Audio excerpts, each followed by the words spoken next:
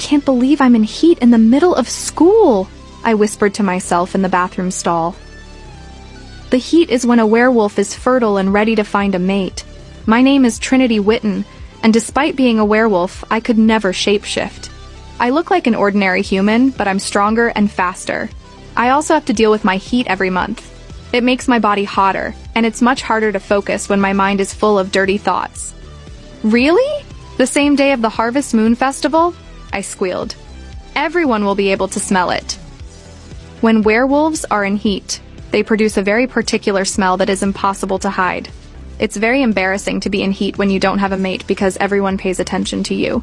In my pack, I am the only wolf that can't shapeshift, so no one wants to have me as a mate. I sprayed myself with a lot of perfume, trying to conceal my smell, and went back to class. In my human university, no one noticed that I was in heat.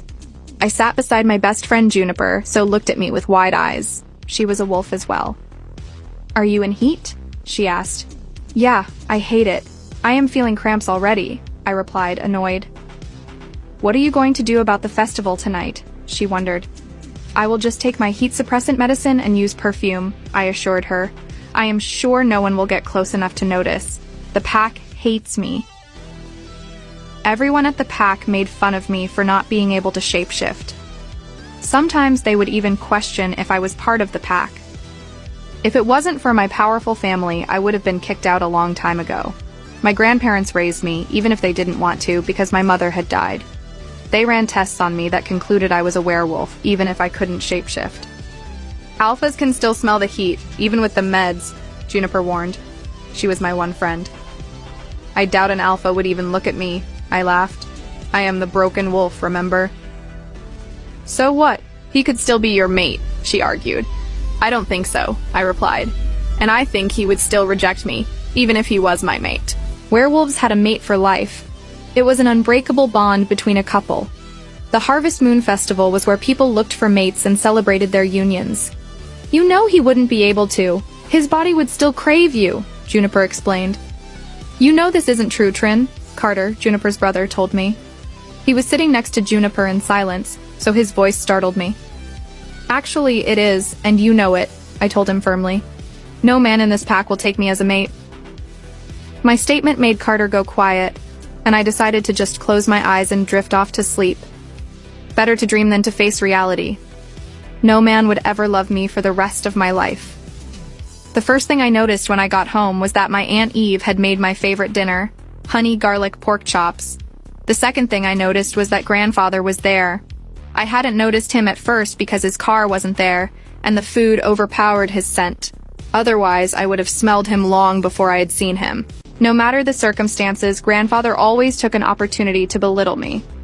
"I see you are the same as ever, Trinity," he said coldly when I entered my house. I wish he would stop it already. I already knew I wasn't a wolf. "It's nice to see you too, Grandfather." I lied, with just the slightest hint of sarcasm in my voice. "To what do I owe the pleasure of having you visit me today?" He grimaced. Grandfather knew I was forcing myself to be polite to him.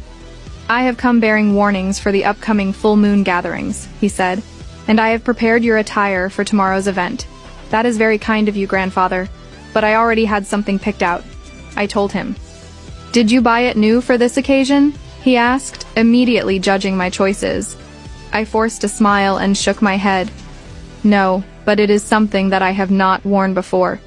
"Then it is unacceptable," he grumbled and hit the ground with his cane.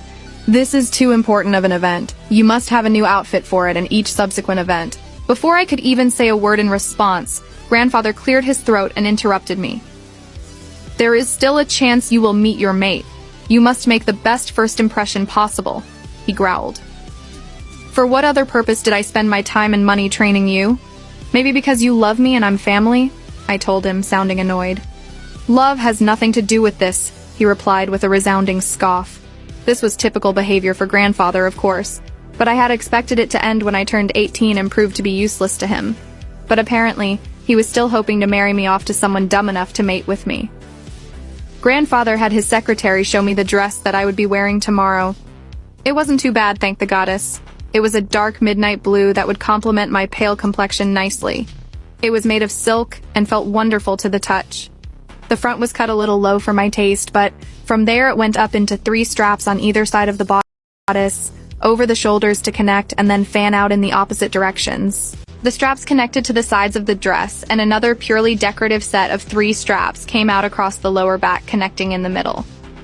Altogether, the straps created an elaborate design across the back, quite fashionable. It must have been either specially made or hemmed to be perfect for my height. Compared to the other women in the